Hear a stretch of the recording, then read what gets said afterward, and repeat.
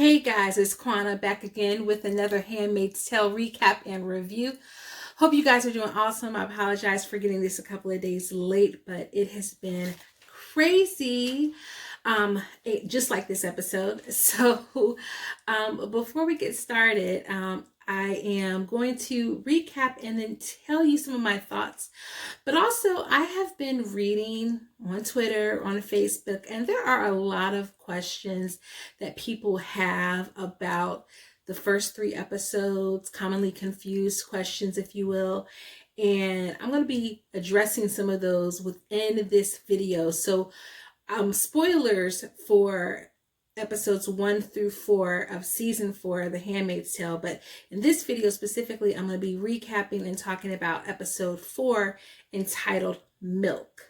So before we get started with that, do me a favor and hit the subscribe button down below so that you can catch all of my Handmaid's Tale content. I will be attempting to do a better job of releasing on Wednesdays, and hopefully I can get that back on schedule for you guys. So let's go ahead and talk about this episode entitled Milk. It picks up right where last week's episode left off, meaning no more Alma, no more Brianna. They are gone. Yes, they got hit by the train. No, they did not jump on the train. No, the train did not miss them and they got shot. They got hit by the train. Think Regina George during the dream sequences or the actual real sequence of Mean Girls. Okay, smush, bam, gone. So R.I.P. Alma, she was a real one. R.I.P. Brianna, she was a follower. Let's be honest, she might have been a little bit of dead weight, but those girls are gone, and it is just June and Janine again, which we've seen June care for Janine throughout the show, so it's kind of befitting that these are like the last 2 standing, at least from the original iteration, because they were together back at the original Red Center. Of course, Alma was there too, but they didn't really know each other. They weren't friends before. And it was just something about Janine that always, what gave June kind of like a soft spot. And I feel like she always wanted to take care of Janine, and she always tried to take care of Janine. So it's just those two. They're beside the railroad tracks, and June is breaking their cuffs, and Janine is scared. She's not sure. She's like, we have to wait for the others. June is like, girl, they're dead. We have to go, and we have to go to Chicago. So let's follow the tracks. We're heading west. Let's go. A lot of people have been like complaining about the way that June kind of talks to Janine in that scene, but we have to remember, like, they're literally running for their lives. You don't really have time to have a meltdown. They have to put as much distance between them and Gilead as possible. So you really, in those moments, you don't have time to have a meltdown. Now, is June responsible for the death of the handmaids? Yes. But can we understand how that happened? I think we have to have compassion for her, not just because she's our protagonist, but because as a parent, it was a choice between putting at risk some other adults or a child. And I think, she did what most people would do, is she chose the health and well-being of that child instead of those handmaids. And, it was a gamble that she risked, and, it happened this way. They end up heading west towards Chicago, and they find kind of like a cargo station where they see some men loading trains that are taking supplies to the front lines, meaning the front lines in Chicago, where Gilead is fighting against the rebels who are still a part of the True America Society. And so they decide to climb aboard the train because this train is going to take them straight to where they need to go, which is where people are still fighting. Janine doesn't quite understand why they would want to go to the front. She's like, people get killed in the front. You die, you lose limbs. Why would you want to do that? And she's like, because that's where people will be fighting. We can get help. We can get Mayday to help us. We can get help there. We can be free there, which makes sense because where else are they going to go? The whole eastern seaboard from New England to Florida is Gilead. So they have no choice but to go west. Could they try to go north and head out into Canada? Yes, but been there, done that. They're going to be looking for them to go that way. So it actually makes sense because they probably wouldn't be expecting them to go west. So it's just logical, in my opinion, for what we know about the show. Also, if you weren't paying attention or if you missed it, we're going to see someone else in Chicago, because Chicago is where Nick was being sent before they brought him back in to help bring down June and to capture June. So we know that she's probably going to encounter Nick in Chicago. And that means perhaps some clarification on what he's been doing. Maybe we get a reveal about his true nature, whether he's really like for Gilead, whether he's like been undercover ops this whole time, what? We don't really know.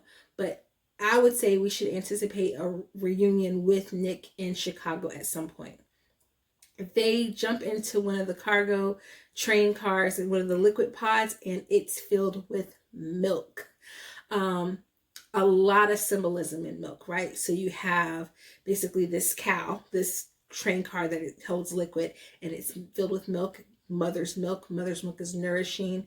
It provides nourishment for newborn babies. They are mothers, and their role in this society is almost equivalent to that of a breeder, a breeding animal. They've been treated like that, but they're mothers. They're truly mothers in the most natural sense. And a part of this episode is centered around Janine becoming a mother, but also it's kind of symbiotic of the relationship between June and Janine. June has always been the one to take care of Janine like a mother.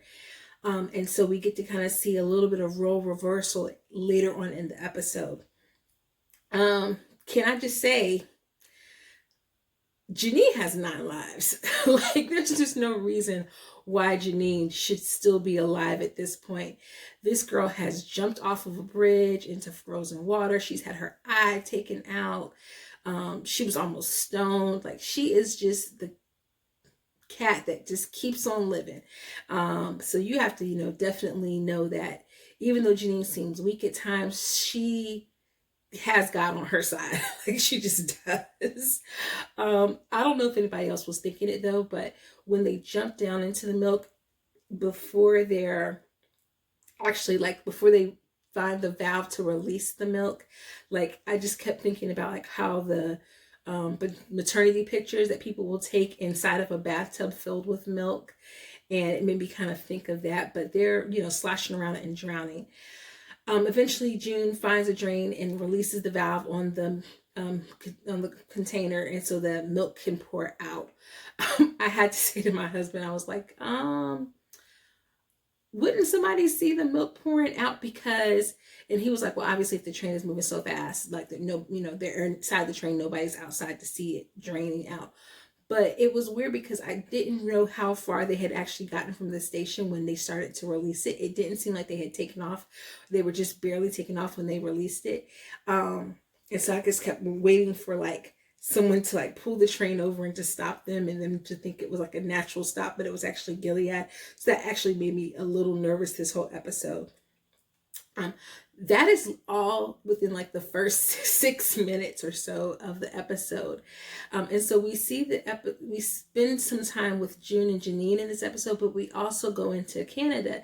And when we get to Canada, we get this little beautiful, peaceful, tranquil scene of a woman from the back making bread, and it's Rita, and old girl is in her element. She's making some homemade bread, but I thought that it was going to be from little Asher, and it was actually some bread that she was making for Moira. So she was getting together with Moira and having a dinner, and that was such a sweet little moment where she's thanking her for all she's done. And I think what made it sweeter is we know Rita kind of has Stockholm syndrome, right? Like, she is really believing in Gilead, but she was also like a Christian beforehand, and we don't know everything about Rita. We haven't gotten a Rita flashback. We do know Rita had a son, and her son was like 19 or so, and he died like in a car accident or something. And so she was a woman of faith. She believed in Gilead until basically like she realized that, she was a slave in Gilead. but she still kind of buys into all of that because of what she's been through, because of like the loss of babies. She still buys into all of that part of it, not necessarily the rape. You could tell she's against some things of it, but she's also sucked into some things of it. And so the idea that she's sitting down with Moira, a Black lesbian who was a Jezebel and all of those things, and she's breaking bread with them. I liked the optics of that scene because it shows that despite their differences, she still at her core is a sweet, gentle soul who just wants to be loving to people. And I don't think I think a lot of people didn't really get into Gilead. Like, Gilead took over, and if you were a quote unquote a good Christian or whatever, you were lucky enough to where you got placed in a role. But I definitely think she's against the evils of Gilead, but she wants to, in the midst of all that, do good for others, whether that's Serena Joy and the Commander. Like, she's trying to like love God and love her neighbor, and we see that. Rita was looking so pretty, y'all. And I don't know if you've seen any of the interviews. The actress's name is Amanda Brugel. But if you've seen any of the interviews, she is just so pretty and just so like pleasant seeming. And I was like, go ahead, girl. Didn't know if y'all noticed this, but Moira's face was looking a little full. And I've heard some whisperings about Miss Samira Wiley. And so I'm just saying, I don't know. It's not my business to predict or to suggest anything. I don't know if there's been a formal announcement, but I'm just saying she's looking a little full in the face. And so Moira tells Rita that like Serena Joy wants to see her. Rita doesn't want to at first, but she still feels sympathy for Serena Joy. Like I said, she still wants to love people, and she still kind of respects them. And so she basically, decides to go. Serena Joy, tells her, hey, guess what? I am with the child. I'm knocked up. And they giggle and everything. She gives her a copy of the ultrasound. We find out that she's having a boy.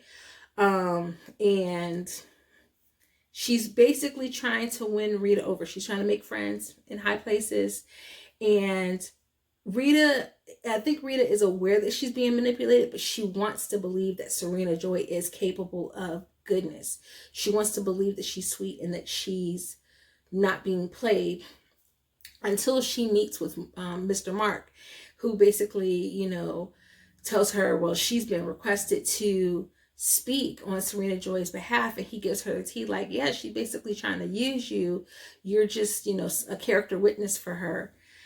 Our girl Rita is not having that. And after Moira's speech about being able to like look your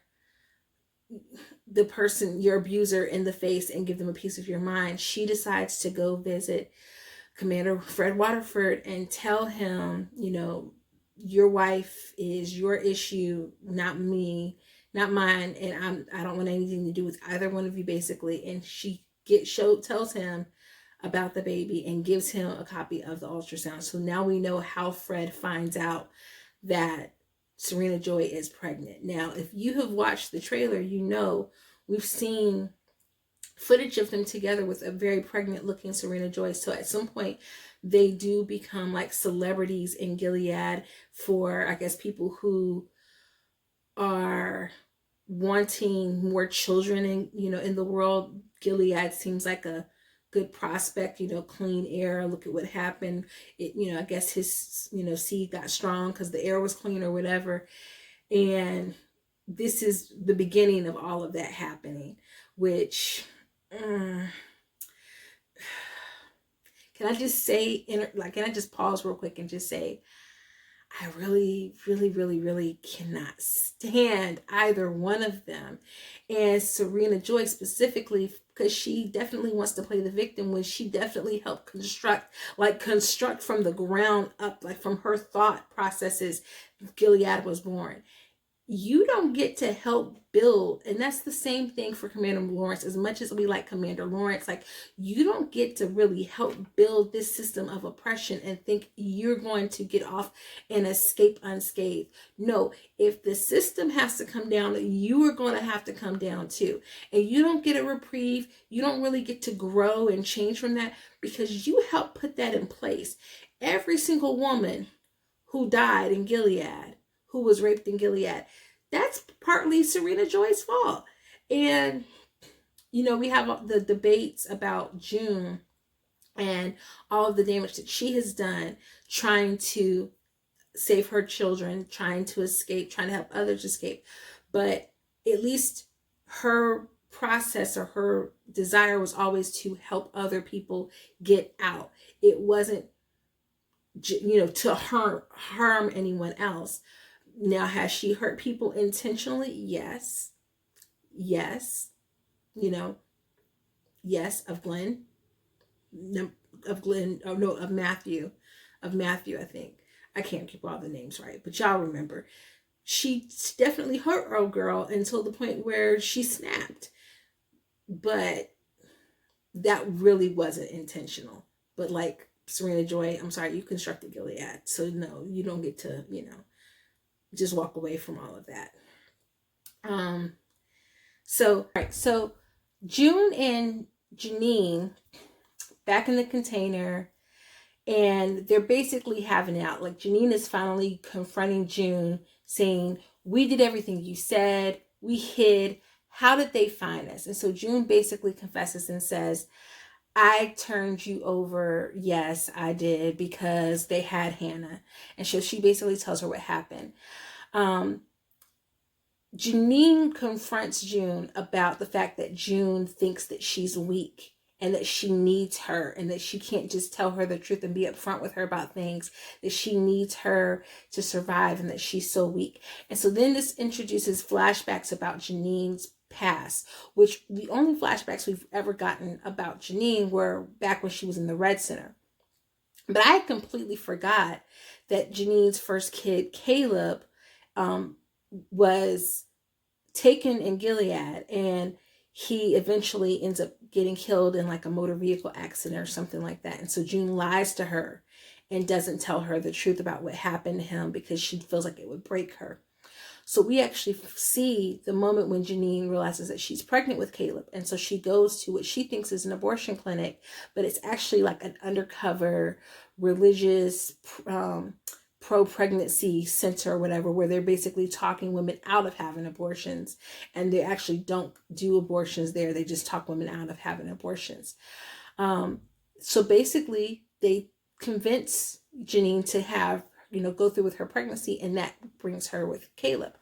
Well, now she has a crappy job. She's like a waitress at some place that doesn't pay a lot. She is barely surviving, and she gets pregnant again.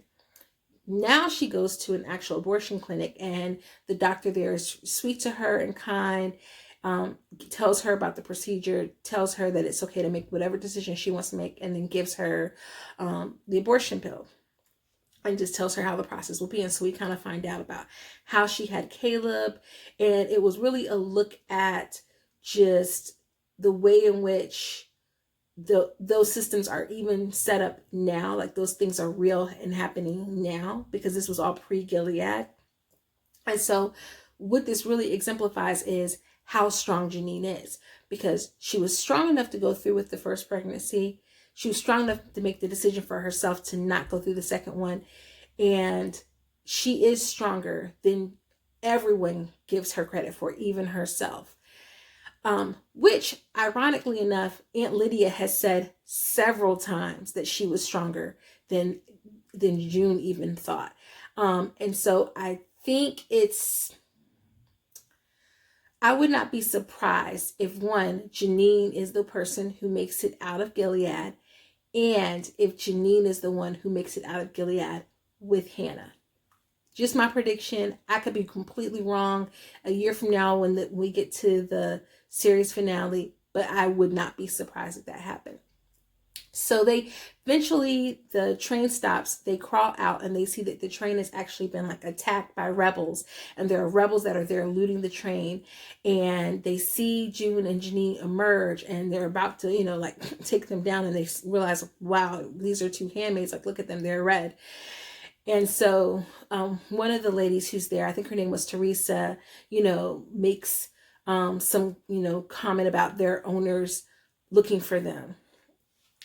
I think what's important in that moment is we kind of see that like they don't have immediate compassion for what these women have been through. It's almost as though they view them as a threat, which I get it, because again, a lot of the people in Gilead are extremely pious and have bought into the system of Gilead, but they don't have immediate compassion for them either. And so eventually they, June steps up, she speaks out, she's like, no, we need your help. We're strong. We can do, we can work. We can do what we need to do to help you guys, but we need your help. So we need to get out of here. And so there's a guy there, Steven, he's like the head guy, I guess. And he basically gives permission for them to come back to their rebel camp or whatever. And we get a chance to see Chicago. So I like that now we're getting to see more and more landscape of what's happened to the rest of America through all of Gilead's craziness or whatever. And Chicago is broke down, beat down, completely dilapidated. It's crumbling. But there are still little nuances of like normality. Like there's somebody riding down the street, maybe a homeless person, but they got a little stroller or whatever. And we get to this big warehouse type building where they've set up like a shelter of sorts. It's very reminiscent of like The Walking Dead, like Negan's camp, and the guy is kind of like Negan, like low key, really much giving me like baby Negan vibes. When they get there, basically he propositions, June, and is like, what you gonna give me if I'm gonna let you stay here? Because there's not really anything you can do for me. You don't have anything. You didn't come with anything. So what can you give me? And he's like, unbuckling his belt, like, you can help work off of your dues this way.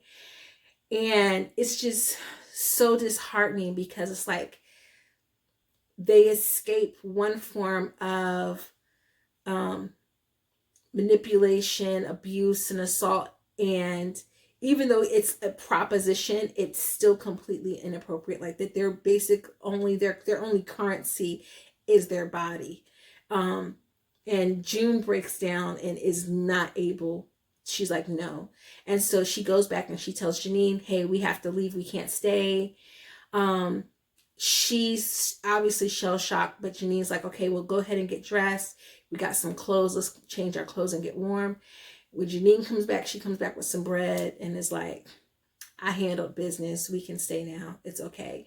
And in her normal Janine way, she's very lighthearted about it. She doesn't make a big deal about it. She's just like, he wasn't that bad. He wasn't mean to me. He probably was like, it was probably for her, the nicest sexual exchange that she's had in 5 years. Because remember, she's not like June. Like, she didn't have a nick on the side. that kind of came out sounding a little bit like something else. She didn't have a boo on the side. So that was probably, in her warped mind, like an okay sexual exchange. But anyway, so that lets us know that now we're there. I saw a lot of people like misreading that moment and making it seem like June forced Janine to do that, when definitely no, like June was like, we have to leave. And she did not know that that's what Janine was going to do. So no, definitely not. But also it's a power exchange. That is what that moment was. It was a power exchange. It was a moment where June is weak. Finally, we see June being weak. Janine gets to see June being weak, and she gets to do what's necessary to take care of June. And so that is what this whole episode has been about. It's been about this power dynamic, which is really important, because as much as June has to care for Janine, they have to kind of come up to being equals if they're going to survive together. It can't be June just completely just dragging Janine around all the time and being deceptive and lying to Janine and coming across as like fake and phony and possibly endangering Janine without her having autonomy. They have to be put on the same level. They have to have autonomy in their decisions that they're making. And so as sad as this episode was in many ways, like especially as a woman, I liked that there was that power exchange between the two women, and where now they're kind of at a more equal footing. So that was basically the end. It was a very like low tempoed episode. The flashbacks were nice. Like I said, a lot of the shots were really, really nice and powerful. I really enjoyed the moments, but the moment between Rita and Moira, that's probably my favorite moment from this episode. I don't know what you guys thought, but I just like seeing that. Plus, it made me somewhat forgive Moira for a second, because I really was not feeling her from episode 2 and the way she was acting about June. So it really kind of made me forgive her for a second. I'm really interested to see what's going to become of Rita.